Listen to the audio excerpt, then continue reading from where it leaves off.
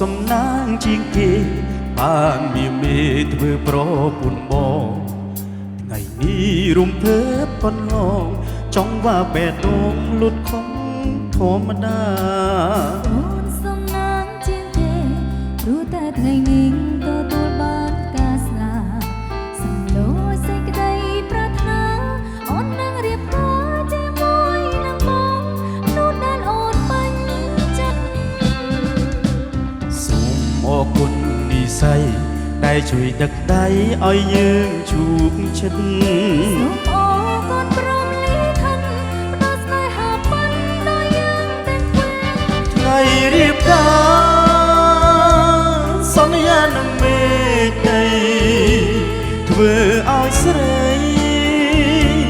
មានក្តីសុខជាងគេ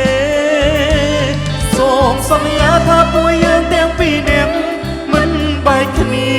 ទេមិនចោលក្តីស្នេហ៍ក្បែរគ្នារៀងរហូត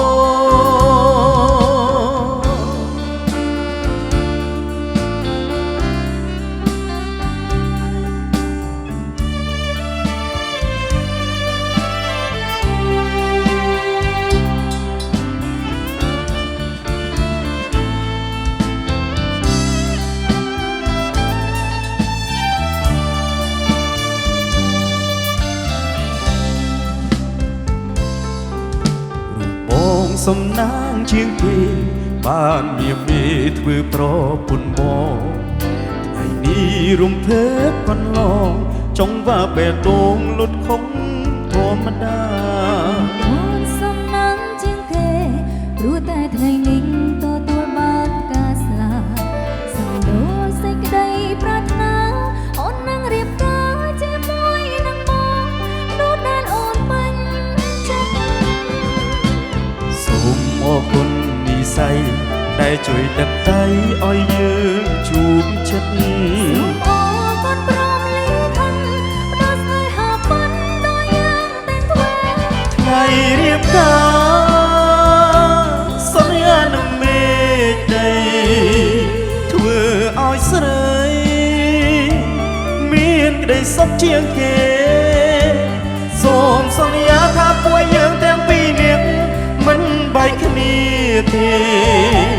មិនចោលក្តីស្នេហ៍ក្បែរគ្នារៀងរហូត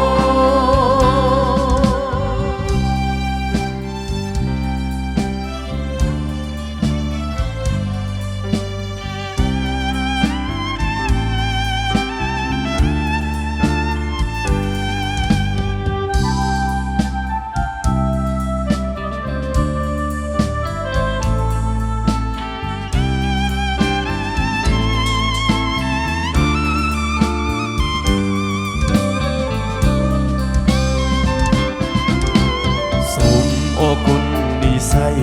ដែលជួយដឹកដៃឲ្យយើងជួបចិត្ត